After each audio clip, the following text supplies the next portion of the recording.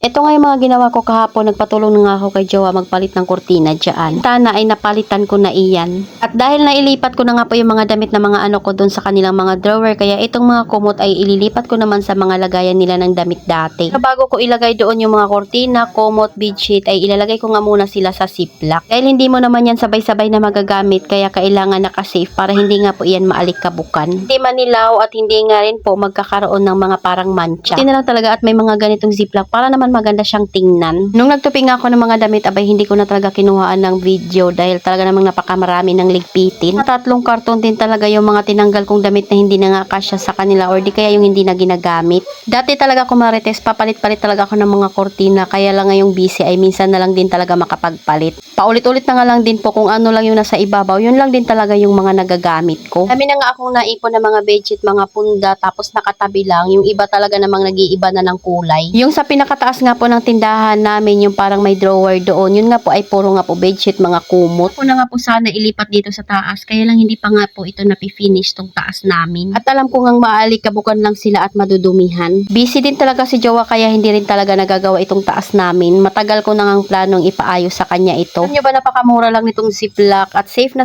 nga po sa alikabok yung ating mga nakatagong mga gamit dyan. Ano na yung mga tuwalya na hindi naman talaga nagagamit na. Mahilig ako magtapon or magtanggal ng mga gamit, pero syempre itong mga ganito ang hirap i-let go dahil talaga namang maganda pa at makakapal sila. Kaya madami talaga akong mga bedsheet na naitatabi ko, marites, kasi dati nagbebenta din ako niyan. Noon na nung panahon ng pandemic, pati nga rin po pagkain, abay binebenta ko rin iyan. Kaya sanay na sanay rin talaga ako rumakit. San nga pag nagla-live ako sa Shopee, abay pati yung followers ko nga dito sa Facebook ay nakita ako doon. Sa diskarte o sa paghahanap ng extra income ay madami ka talagang paraan na pwede mong pagkakakitaan. Kailangan mo lang din talaga ay lakas ng loob. Galin yung hiya sa katawan dahil hindi naman tayo mapapakain yan. Kaming nagtatanong sa akin kung how or kung paano mag-umpisa.